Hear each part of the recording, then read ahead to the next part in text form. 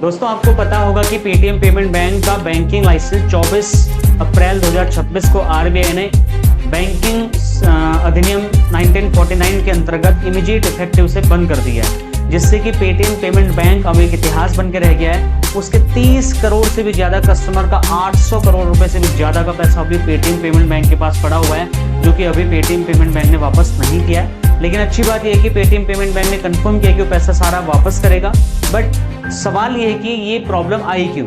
ये problem immediate basis पे नहीं आई है, ये 2017 से प्रॉब्लम चली आ रही है, जबकि पेटीएम पेमेंट बैंक को कई सारे सैंक्शंस आरबीआई ने तब भी लगाए थे। नए कस्टमर्स ऐड करने के लिए मना किया था, लेकिन तब भी ऐड करते रहे।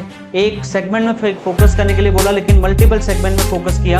बैंकिंग लाइसेंस के जो नियम है उनको फॉलो नहीं किया। सबसे इंपॉर्टेंट, बैंक का काम जो था वो कस्टमर्स के लिए नुकसानदायक था, क्योंकि कस्टमर्स को काफी कंफ्यूजन क्रिएट हो रहा था। बहुत सारी चीजें अपसेल करने की कोशिश, मिससेल करने की कोशिश हो रही थी। तो डिपॉजिटर के इंटरेस्ट के खिलाफ पेटीएम पेमेंट बैंक काम कर रहा था आरबीआई के हिसाब से। दूसरा, मैनेजमेंट में सही व्यक्ति को नहीं बैठाया गया था, जिसकी वजह से बहुत सारी मैनेजमेंट में गड़बड़ियां देखने को मिली, जिसकी वजह से decision making Paytm payment bank का गड़बड़ हो गया था।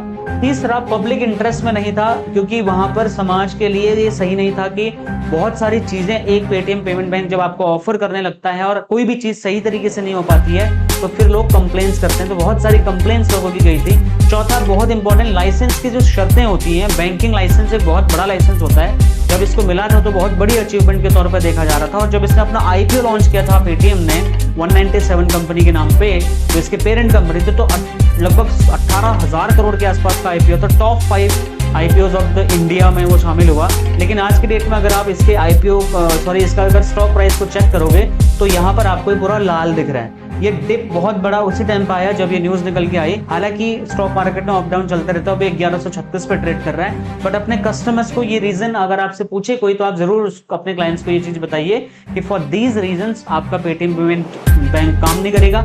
उसकी जगह आप यूपीआई अगर वॉलेट जो भी आप यूज कर रहे थे वो सारे काम करते रहेंगे।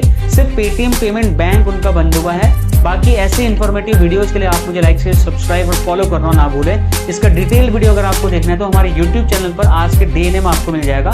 Thank you so much, have a nice day.